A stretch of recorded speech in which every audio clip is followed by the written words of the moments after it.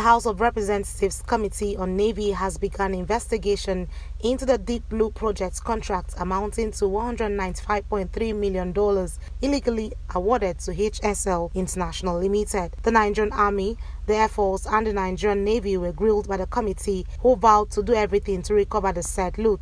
Chairman of the committee, Honorable Yusuf Gaddi, laid the premise for the investigation, which will involve the Ministry of Finance, Transport, NIMASA and the Bureau of Public Procurement and the Armed Forces. Inform you that Central Bank does not have any information related to the above captioned transaction in our custody. We advise you to channel this request to respective ministries for action. It means that Central Bank are not part of the... I want to mention here, which is true, in my own investigation they are not.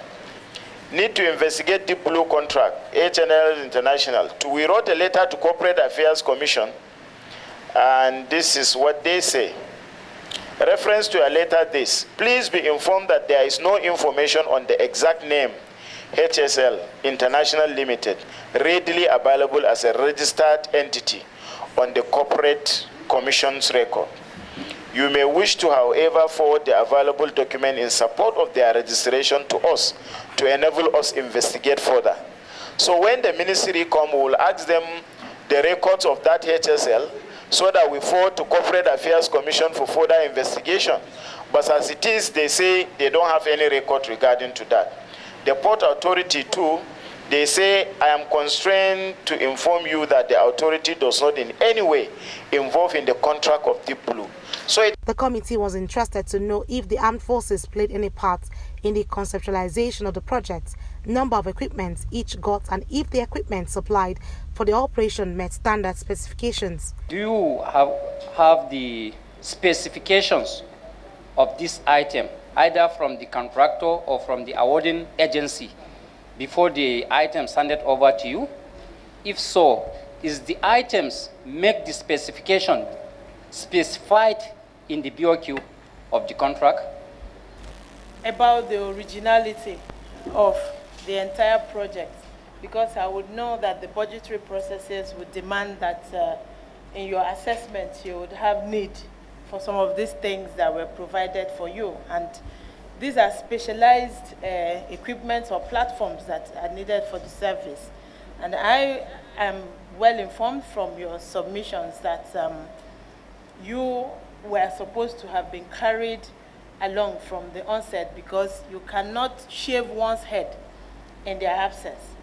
The Navy and the Army responded to the question, stating the numbers of equipment they received and the condition of this equipment at the time of delivery, but the Air Force opted to send in a written submission. Was supposed to provide 16 armored Buffalo vehicles. Up until date, we have received only 6. The remaining 10 are still at the port in One, and we only trained with 6 of those vehicles, and those vehicles are in Elele Barracks. Thank you very much, sir.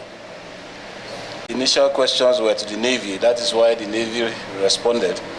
But on the issue of conceptualization, the Air Force was not part of the conceptualization of the project. However, we have a member on the steering committee which came into being during the execution phase of the project.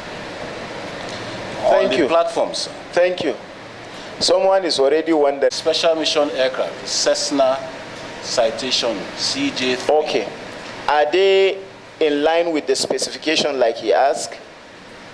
I will request to make a written submission on that. Letter from the Central Bank of Nigeria and the Nigerian Port Authority, which was read out of the chairman, indicated they never had any knowledge of the transaction, hence were cleared by the committee to appear. The committee adjourned sitting to Thursday, 10th of March to take further submissions from BPP and others, while Tuesday next week will host Ministers of Transportation, Finance and Director General of NIMASA.